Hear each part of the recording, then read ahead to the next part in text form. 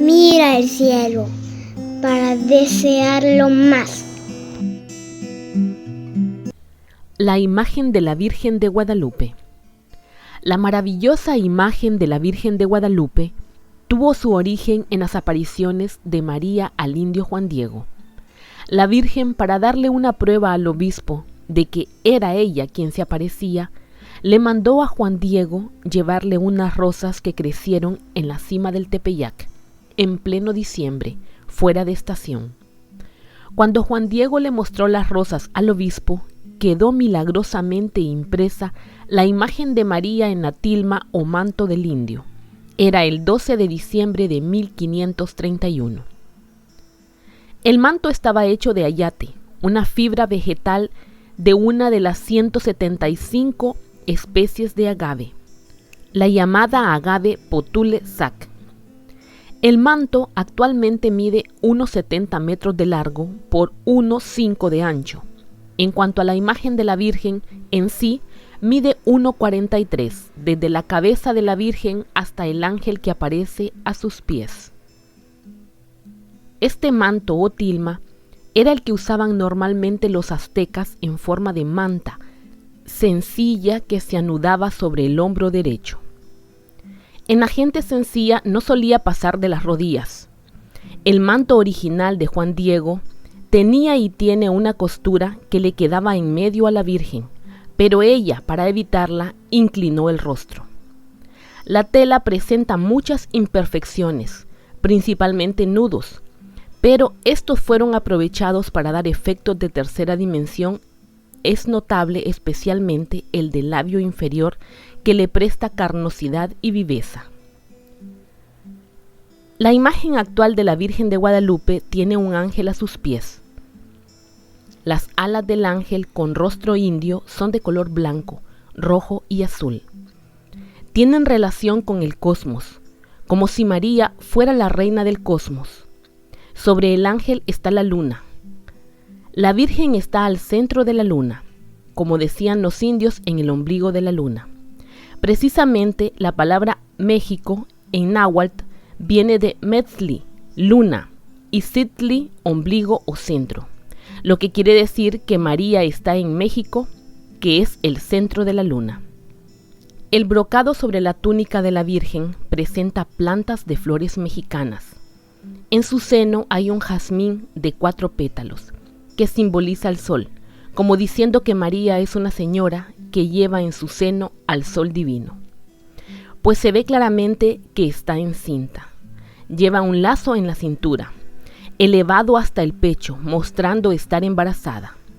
La cinta negra alrededor de la cintura es una prenda que usaban las mujeres aztecas cuando estaban embarazadas. Por otra parte, el color del manto de María es turquesa, color propio y exclusivo de los emperadores, porque ella es una reina. Con relación a las estrellas del manto, son 46, 22 en el lado derecho y 24 en el izquierdo. De esta manera manifiesta a los indígenas que ella es más poderosa que las estrellas a las que adoraban los aztecas.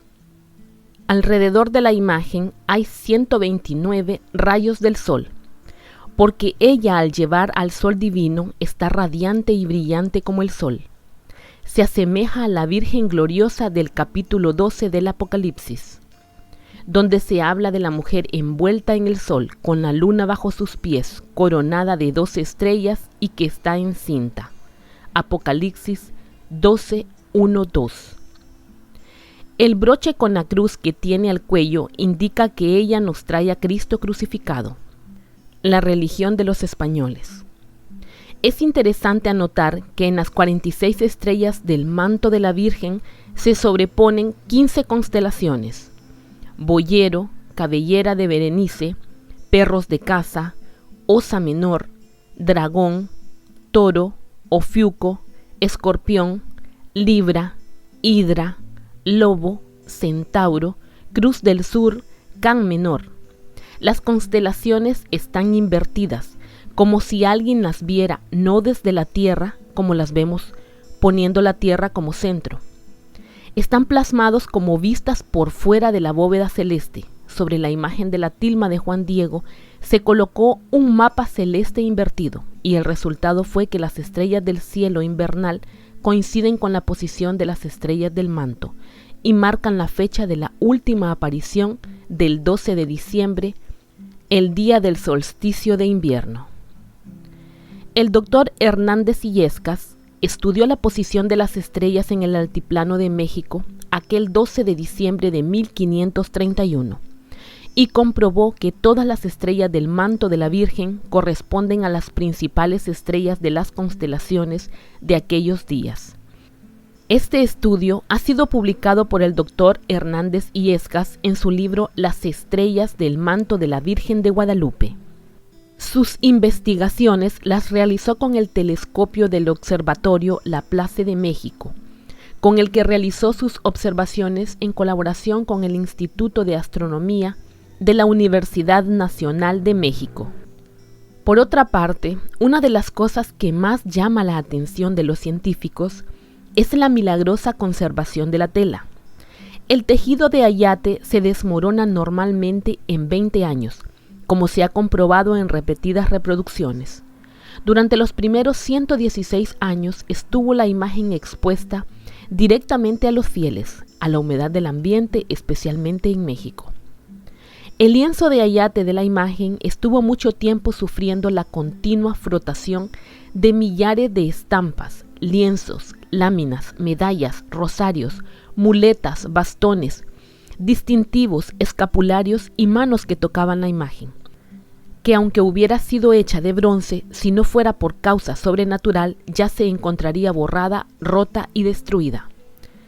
Y pensar que en nuestros días, para conservar las obras maestras de arte y para que no se alteren las pinturas, el Museo Británico recomienda un 60% de humedad relativa a 60 grados Fahrenheit, salas no muy grandes para evitar la contaminación atmosférica, fumigaciones adecuadas, control continuo de la temperatura y de la ventilación, etc. Recordemos que el primer cristal para proteger la imagen llegó de España en 1647. Era un cristal dividido en dos partes. En 1766, el duque de Albuquerque mandó un nuevo cristal de una sola pieza.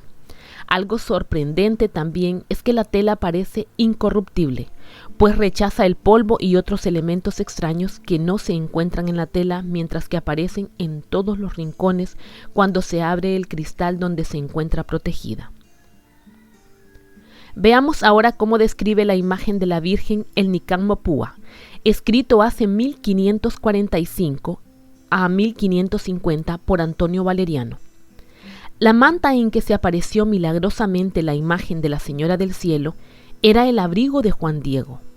Este precioso ayate en que se apareció la Virgen, nuestra reina, es de 2 piezas, pegadas y cosidas con hilo blando. Está tan alta la bendita imagen que empezando en la planta del pie hasta llegar a la coronilla, tiene 6 gemes y 1 de mujer. Su hermoso rostro es muy grave y noble, un poco moreno. Su precioso busto aparece humilde. Están sus manos juntas sobre el pecho, hacia donde empieza la cintura. Es morado su cinto, solamente su pie derecho descubre un poco la punta de su calzado color de ceniza. Su ropaje es de color rosado, que en sombras parece bermejo, y está bordado con diferentes flores, todas en botón y con bordes dorados. Prendido de su cuello está un anillo dorado, con rayas negras alrededor de las orillas y en medio una cruz. Además, de adentro asoma otro vestido blanco y blando, que ajusta bien en las muñecas y tiene deshilado el extremo. Su velo por fuera es azul celeste. Sienta bien en su cabeza, para nada cubre su rostro y cae hasta sus pies, ciñéndose un poco por en medio. Tiene una franja dorada, que es algo ancha, y estrellas de oro por donde quiera, las cuales son 46. Su cabeza se inclina hacia la derecha, y encima sobre su velo está una corona de oro, de figuras ahusadas, hacia arriba y anchas hacia abajo. A sus pies está la luna, cuyos cuernos van hacia arriba. Se yergue exactamente en medio de ellos, y de igual manera aparece en medio del sol, cuyos rayos la siguen y rodean por todas partes. Son 100 los resplandores de oro, unos muy largos, otros pequeñitos y con figuras de llamas. 12 circundan su rostro y cabeza, y son por todos 50 los que salen de cada lado. Esta preciosa imagen va corriendo sobre un ángel, que medianamente acaba en la cintura en cuanto descubre, y nada de él aparece hacia sus pies, como que está metido en la nube. Acabándose los extremos del ropaje y del velo de la Señora del Cielo, que caen muy bien en sus pies, el ángel los coge en sus manos por ambos lados. Su ropa del ángel es de color bermejo, a la que se adhiere un cuello dorado, y sus alas desplegadas son de plumas ricas, largas y verdes, y de otras diferentes. Las manos del ángel van llevando a la Virgen, y al parecer está muy contento de conducir así a la Reina del Cielo. La imagen original. Los científicos norteamericanos Philip Serna Callahan y Jody Brandt Smith pudieron fotografiar la imagen de la Virgen de Guadalupe el 7 de mayo de 1979, sin la protección del cristal. Tomaron 75 fotografías, 40 de las cuales con rayos infrarrojos. Lo hicieron con películas normales y con películas especiales para rayos infrarrojos. Este estudio de fotografías con rayos infrarrojos es indispensable en el estudio de cualquier trabajo artístico, pues con los rayos infrarrojos se puede determinar la presencia de pintura sobreañadida y ver las distintas capas de pintura. Por ello, antes de emprender cualquier trabajo de restauración o limpieza de pinturas antiguas, se recomienda hacer fotografías con rayos infrarrojos. Estas fotografías permiten determinar la naturaleza de la aparición o aparejo aplicados debajo de la pintura, y por eso este estudio es muy importante para definir ciertos aspectos de la imagen. Después de 2 años de estudiar las fotografías y de consultar a otros especialistas, en 1981 dieron a conocer sus conclusiones, que entregaron al arzobispo cardenal de México. Entre sus conclusiones se dice que hay muchos añadidos de manos humanas que aparecen con claridad en las fotografías infrarrojas. Los rayos solares en forma de lanza, las estrellas del manto y la fimbria del manto son añadidos posteriores. La totalidad de la parte inferior del cuadro de la Virgen con la luna, el ángel con el pliegue interior en la túnica, es un añadido. También lo son los arabescos del vestido de la Virgen y la cruz que lleva al cuello. Por otra parte, aparece con claridad en las fotografías que habían colocado una corona en su cabeza, que por distintas razones fue borrada posteriormente. Igualmente aparece que se había pintado y borrado después 2 querubines a ambos lados de la imagen. También las manos originales han sido acortadas. Lo realmente original es el manto azul de la Virgen, que es tan brillante que parece haber sido pintado unos días antes. El azul del manto es original y es de un pigmento transparente y desconocido. Es inexplicable, sobre todo por su densidad, brillantez y no estar descolorido después de tantos años. En cuanto a la túnica o vestido de la Virgen, resalta su extraordinaria luminosidad. Refleja en alto grado la radiación visible y, sin embargo, es transparente a los rayos infrarrojos. En cuanto al pigmento rosa de la túnica, parece igualmente inexplicable. La túnica y el manto son tan brillantes y coloridos como si acabaran de ser pintados. La cabeza de la Virgen es una de las grandes obras maestras de expresión artificial facial, por la finura de su forma, la sencillez de la ejecución, el matiz, el colorido. Existen pocos casos que la igualan entre las obras maestras del mundo. Las aproximaciones fotográficas con luz infrarroja no demuestran plaste o aparejo de ninguna especie. Característica esta que por sí misma hace de la imagen algo fantástico, ya que ningún pintor del mundo pinta antes de haber preparado previamente la tela en que va a pintar. El tono del cutis del rostro y de las manos es definitivamente indio, y a una distancia de 1 metro aproximadamente parece tener un tinte casi verde grisáceo. Examinados de cerca con una lente de aumento, los pigmentos parecen variar del gris en las sombras profundas al blanco brillante en la zona más clara de la mejilla. Una de las cosas maravillosas es la forma como se aprovecha la tilma, no preparada, para dar realismo, profundidad y vida a la imagen. Esto es evidente sobre todo en la boca, donde un fallo del hilo del ayate sobresale del plano de este y sigue a la perfección el borde superior del labio. Ningún pintor humano hubiera escogido una tilma con fallas en su tejido y situarla de tal forma que acentuaran las luces y sombras para dar un realismo semejante. Lo hermoso del rostro y de las manos es su calidad de tono, que es un efecto físico de la luz, reflejada tanto por la tosca tilma como la pintura misma.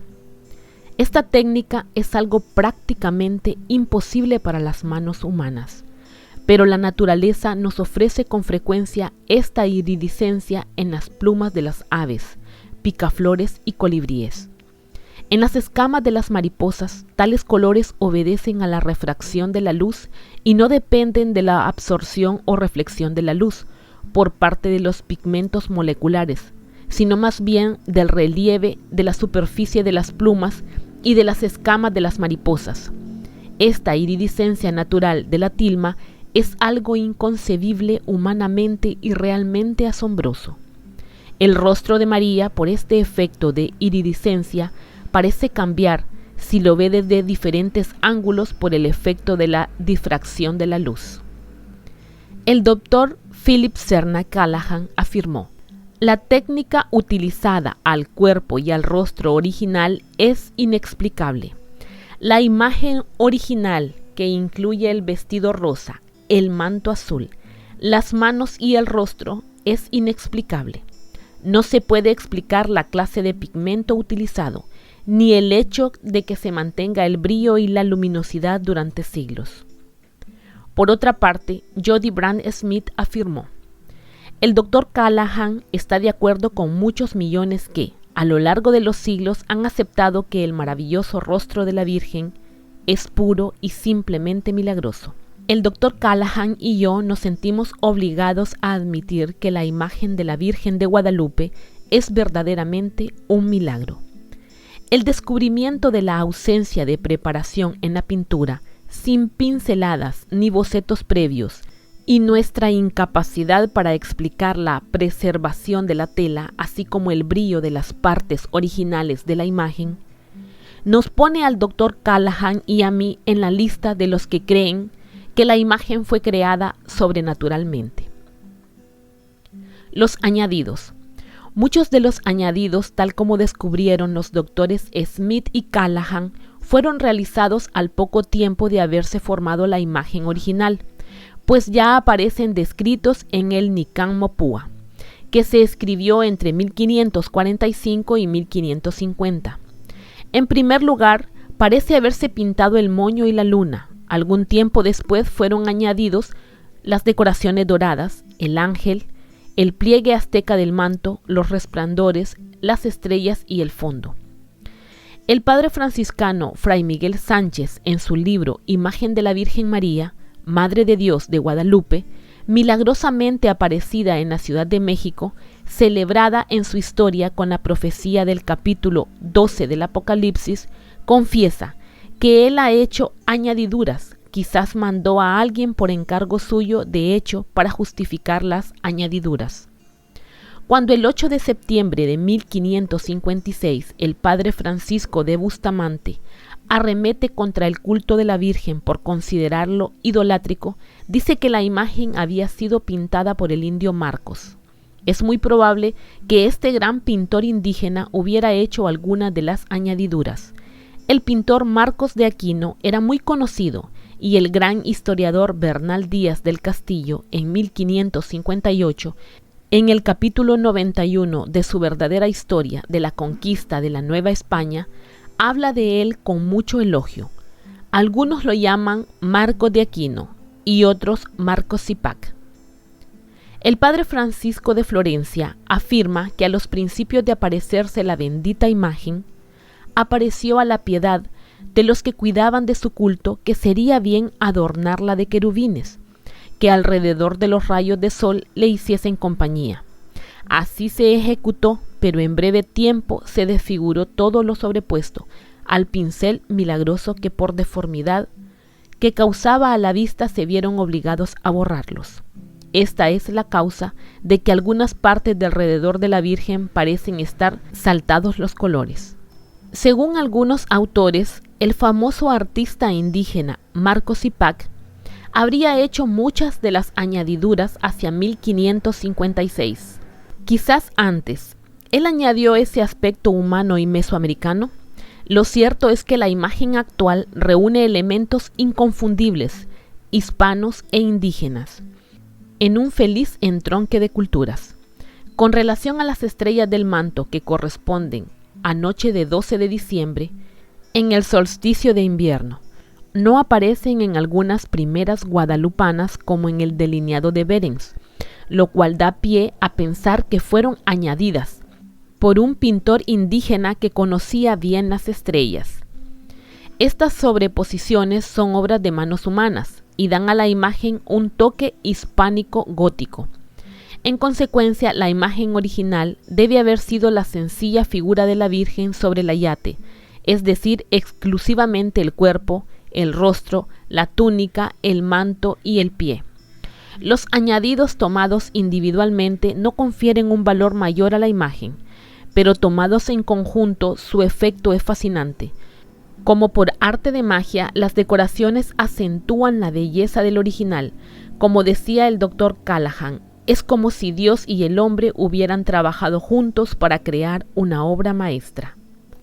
Evidentemente podemos suponer que, cuando se aparece la Virgen María a Juan Diego, como en tantas otras apariciones de Lourdes o Fátima, etc., no lo hace con una corona en la cabeza, como se la pusieron después, ni con esos arreglos con el ángel a sus pies. Lo más fácil es suponer que viene vestida sencillamente, como una madre, y no como una reina.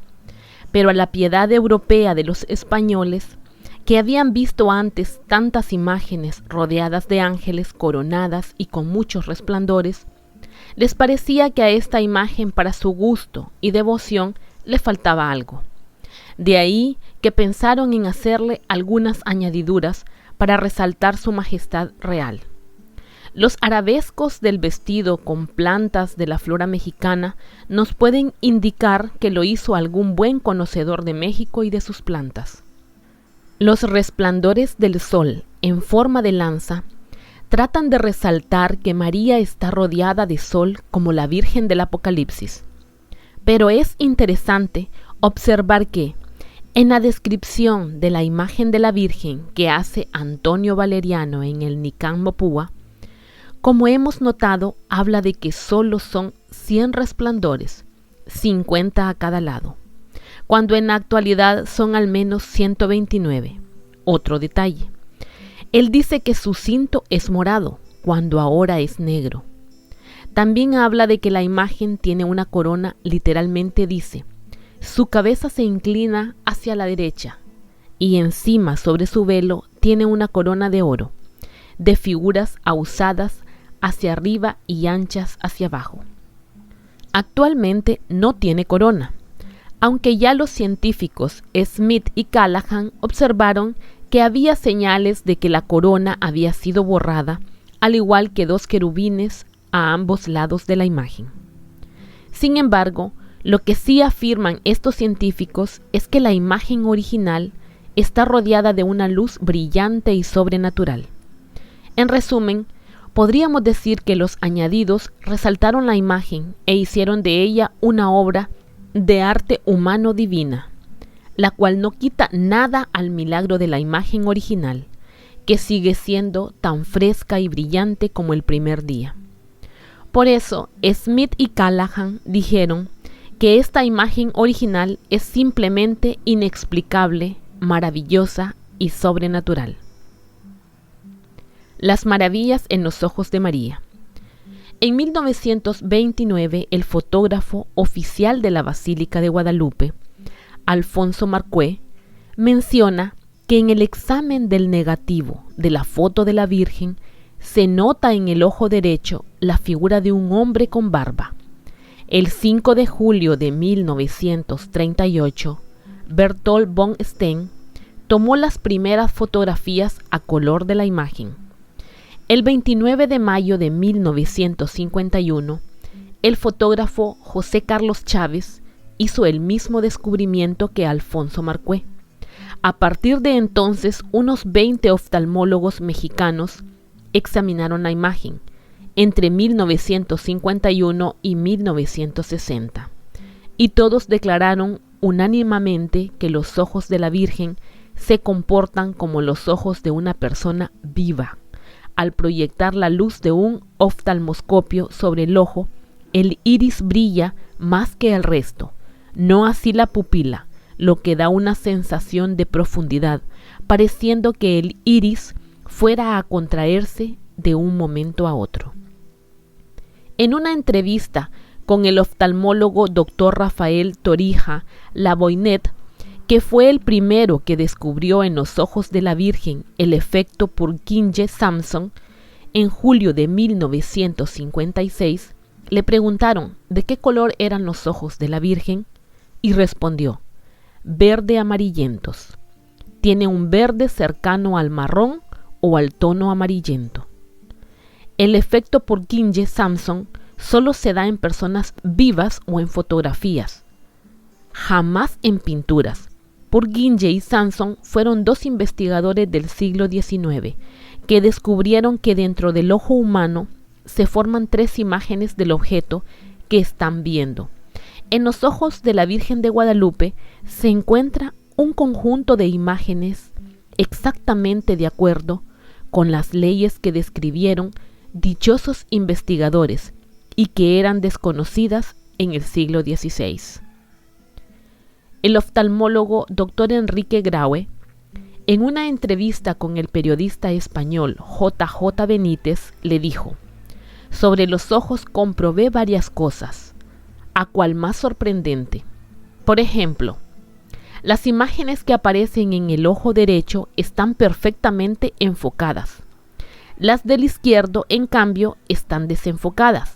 ¿Por qué?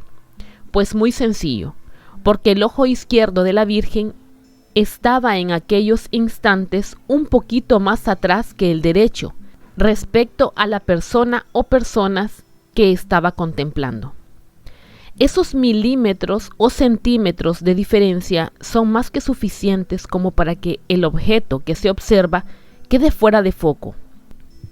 ¿A qué pintor se le hubiera ocurrido una cosa así, en el caso de que ese supuesto falsificador hubiera decidido colocar una miniatura en el interior de los ojos de la señora? Allí en el ojo se ve claramente un hombre barbado. Lo curioso de los reflejos en los ojos de la Virgen de Guadalupe es que se presentan en la cara anterior de la corna en el cristalino. ¿A qué pintor se le hubiera ocurrido hacer algo así en el siglo XVI o XVII? Entonces no se había descubierto la triple imagen de Purkinje-Samson. Tomé el oftalmoscopio y lancé el haz de luz en el interior del ojo y quedé atónito. Aquel ojo tenía y tiene profundidad. Parece un ojo vivo.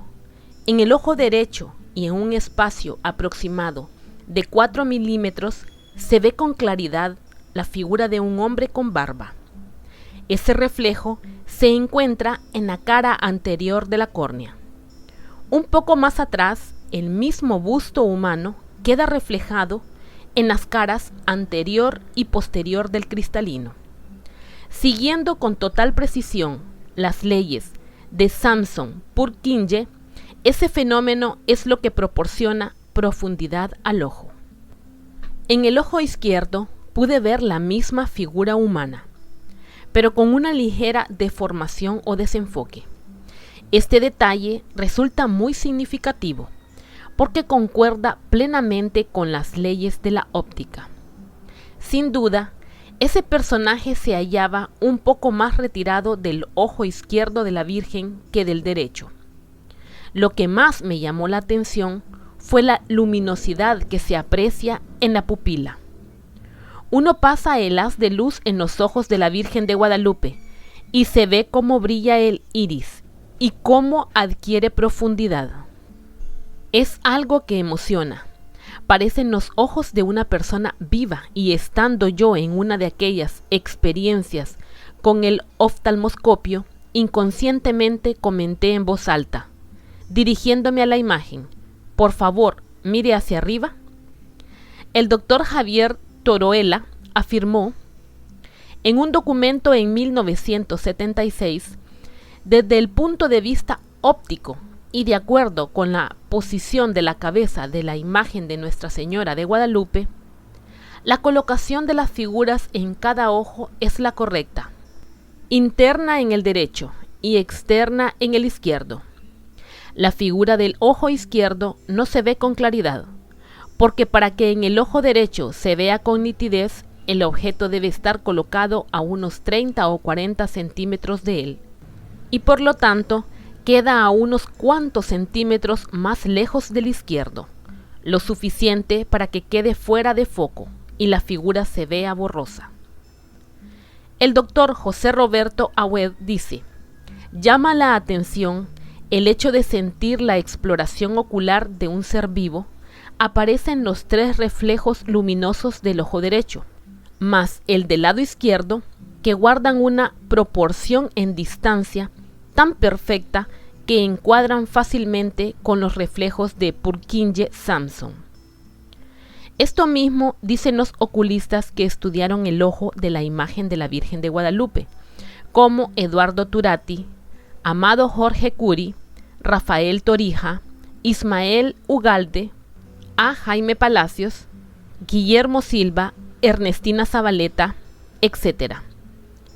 Pero lo más maravilloso fue lo descubierto por el doctor peruano José Aste Tomsman en 1979.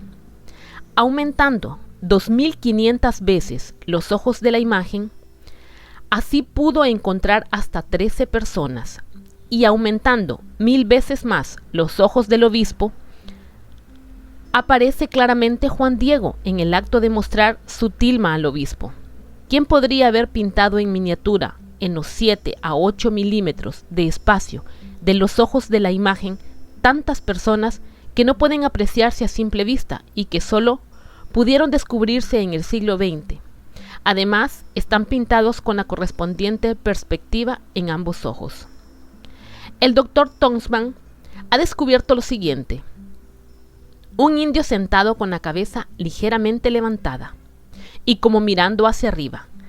Está sentado y su pierna izquierda parece extendida sobre el piso. Se trata de una postura muy común entre las personas que no usaban sillas. Tiene sus manos en la actitud parecida a la de una persona que reza y evidentemente está casi desnudo. Las formidables ampliaciones de los ordenados han permitido descubrir otros detalles muy interesantes. Por ejemplo, la sandalia o huarache en el pie izquierdo. Se observa la correa que lo sujetaba y cuyo ancho es de apenas unos 120 micrones.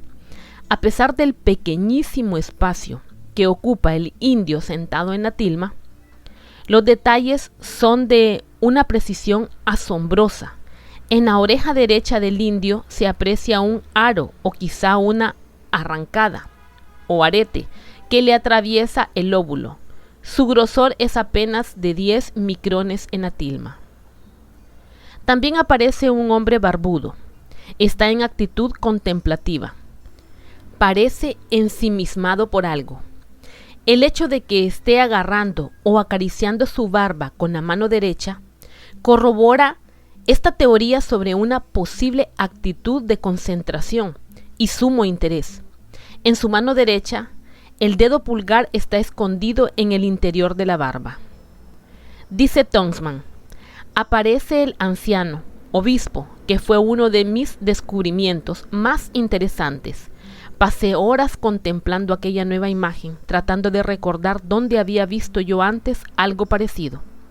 Hasta que un día recordé que se trataba de un famoso cuadro de Miguel Cabrera, pintado en el siglo XVIII, y en el que se ve al primer obispo de la Nueva España, Fray Juan de Zumárraga, arrodillado y mirando la imagen que había aparecido en la tilma de Juan Diego.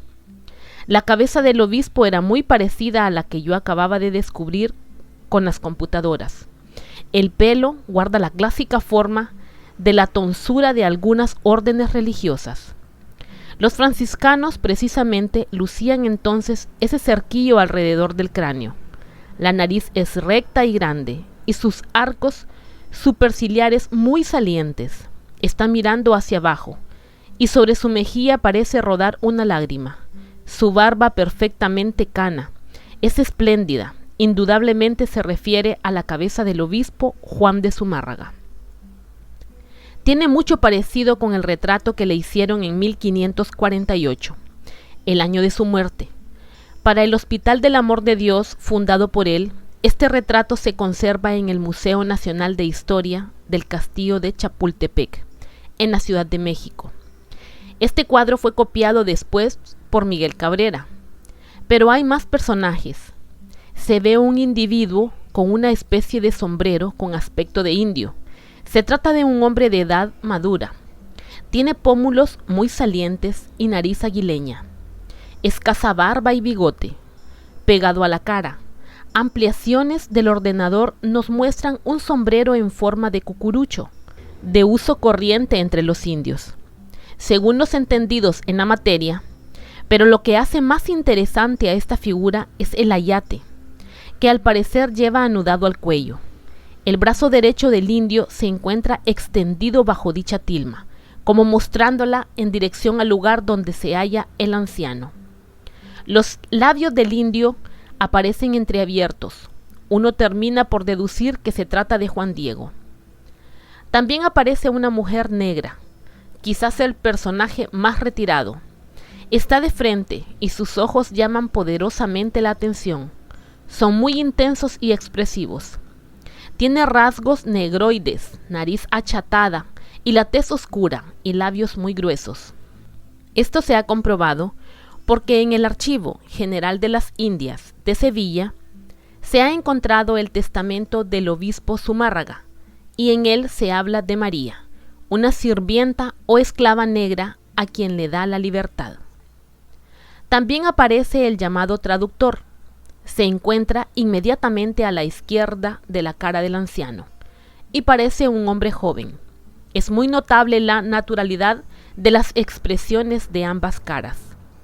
Históricamente está comprobado que el padre Juan González fue su traductor. Y sigue diciendo el doctor Tonsman: en el ojo izquierdo y en pleno centro descubrí lo que podríamos llamar un grupo familiar indígena. Allí había una mujer muy joven, un hombre con un sombrero y unos niños que parecen controlados por la joven. Y por último, otra pareja que contempla la escena. La presencia de un grupo familiar en ambos ojos de la señora de Guadalupe es desde mi punto de vista la más importante de las imágenes.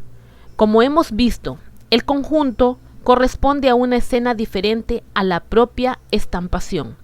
Su ubicación precisamente en las pupilas de la Virgen, es decir, en la parte más importante de sus ojos y en la dirección en que debieron haber caído las flores que llevó Juan Diego al obispo.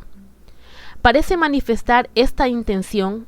El mensaje dirigido al mundo contemporáneo vendría a ser el anuncio de que María tiene a la familia en su mirada compasiva. En la niña de sus ojos, una invitación a defenderla con todas las fuerzas. También se puede afirmar que en las córneas aparecen reflejadas personas de diferentes razas, blancos, indios y una mujer negra, cuyo significado podría ser la igualdad de todas las razas ante Dios. Quizá el personaje más claro es la mujer indígena. Presenta unos rasgos muy finos y luce un tocado o sombrero rematado en su parte superior por un adorno circular. A su espalda aparece un bebé sostenido por el rebozo, tal y como aún acostumbran a llevar a sus hijos muchas indias. Evidentemente, es imposible explicar por medios naturales la presencia de estos minúsculos retratos, por lo que aceptando como un hecho sobrenatural la estampación de la imagen de la Virgen de Guadalupe, me atrevo a sostener que en el momento en que Juan Diego fue recibido por Zumárraga, la Virgen María se encontraba presente, invisible para los que allí estaban, pero viendo toda la escena, y por tanto teniendo reflejadas en sus ojos las imágenes de todos los asistentes, incluyendo al propio Juan Diego. Cuando se desplegó la tilma y cayeron las flores, la imagen de Nuestra Señora se grabó en ella, tal como estaba en ese instante, es decir, llevando en sus ojos el reflejo de todo el grupo de personas que observaba ese histórico suceso. De esta manera, la Virgen quiso dejarnos una fotografía celestial de su estampación milagrosa en el ayate de Juan Diego, comportamiento coincidente con el que hubiéramos sugerido en nuestros días para aceptar el prodigio, presentar una fotografía del hecho que es en definitiva lo que nos ha proporcionado.